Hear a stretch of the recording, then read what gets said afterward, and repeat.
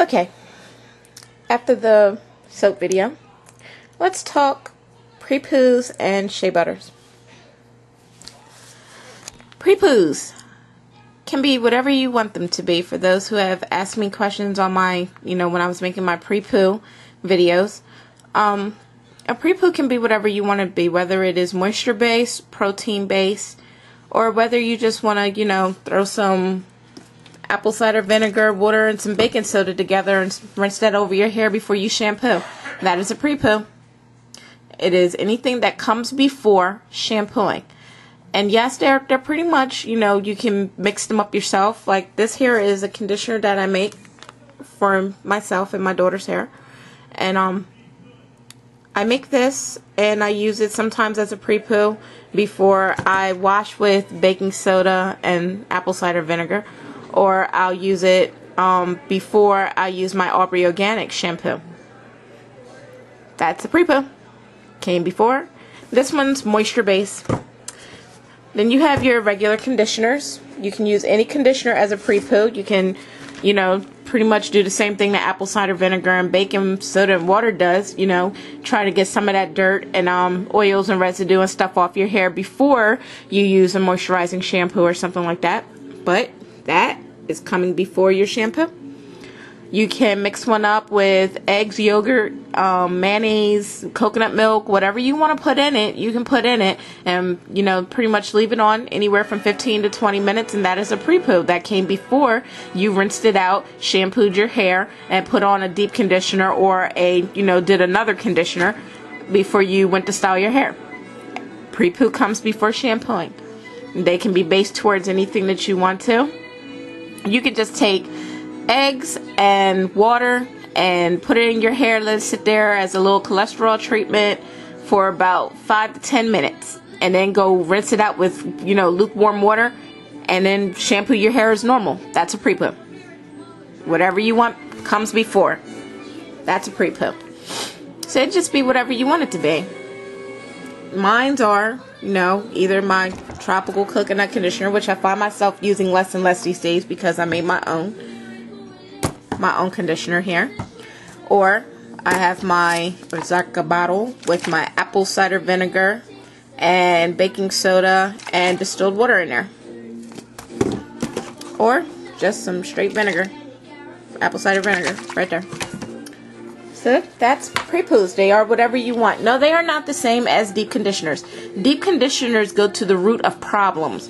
They are designed and geared toward fixing problems that you're having, like Apogee two-step, the preventive hair breakage stuff, that two-step stuff. That is preventative. It's like a deep conditioner, but it's geared toward stopping breakage and smoothing split ends or gaps in the hair. That's what that's geared towards. There's a whole bunch of them. Queen Helene, cholesterols, all that stuff right there. Those are deep conditioners. Organic root stimulators, replenishing pack, olive oil replenishing pack. I like that one.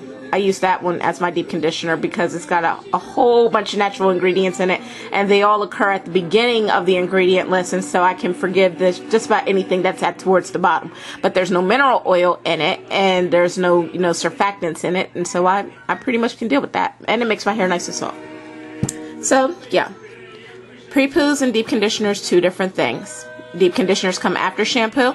Pre-poos come before shampoo. For the shea butter people who have, asked me about their personal shea butter that they got and they're not sure about its quality or how it's, supposed to look for the first time purchasers, like NEEDYTMH. You know who I'm talking to. This is my shea butter that I just got from a Banga Karate. It came not too long ago. Here's my box that it came in. And it's not a big block like I thought it was going to be, but I understand why, because they were pretty much hacking it off of a bigger block of shea butter to get me my 5 pounds. And it was weighed out, and I re-weighed it when it got here, so I was sure. But this is mine. This is my shea butter. And it's going to look on this video like it's darker than it actually is. but it's not that dark. Let me show you here. This is my shea butter. It's creamy when I move it through my hands. It's not grainy. It's smooth. It feels great. And I can throw this in my hair the way that I want to. Now, say 30 seconds and it's gone. It's kind of cold, so some of it wants to hold on, but it's good. See? Majority gone. It's good. And it's soft. This is how soft it is. And it really does have the consistency of butter. But this is what mine feels like. This is real shea butter. This is what it should feel like. It shouldn't be grainy. You shouldn't have, you know, a grainy texture to it. It shouldn't, even when it starts to melt, look as oily as it does, because mine doesn't. I mean, you saw when it was melting, I still had almost like a dull shine on my fingers. See? Just a dull shine. Not really oily. So, that's real shea butter. And I buy this from Abanga Karate. You can go to them at shop.abangakarate.com, and I'll put the link on the right for you. And you can go there and check out their selections. I like this shea butter. If you have grains in your shea butter, it needs to go back to where you bought it from. Quite honestly, it's not pure raw shea butter. And I try to reiterate this to everybody. I don't care if somebody says it has palm oil in it, because palm oil itself is a little drying. It kind of counteracts the moisturizing qualities of shea butter, and so that's a problem for me. But more than that, if I purchase 5 pounds of raw, unrefined, pure shea butter, I shouldn't get shea butter that has palm oil in it. I should not get shea butter that has coconut oil in it. I should not get shea butter that has grapeseed oil in it. It shouldn't have nothing in it. It should just be its raw state. It should be what I paid for. That's what it should be. That's what it should be. Again, that's what it should be. I should not get anything else other than what I asked for. And it's not okay if it's cut with palm oil, because then they're shorting you the shea butter part. And I know I've gone through this before and y'all don't want to hear me rant about it, but this is what real shea butter should look like. I'm going to shut this video off now. Love you guys. Miss you guys. I'll show you when my soaps are done. When they're done. And no, I'm not selling my soaps, especially ones that are made with tallow. I'm not selling any of my soaps. This is my new hobby. This is something for me to do so I'm not bored out of my mind. And it's what I'm going to do in my spare time.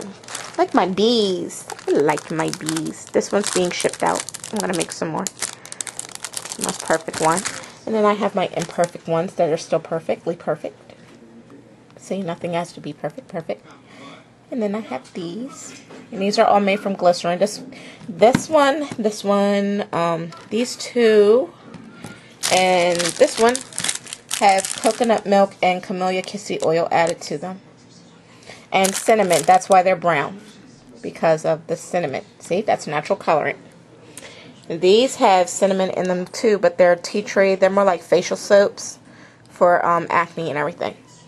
Basically, everything that I put in my my black soap is in this soap. Oh, this one goes up here. These are face. These are skin. So yeah. All right, people. Hope that helps you. Shea butter. Pre-Poos. Later.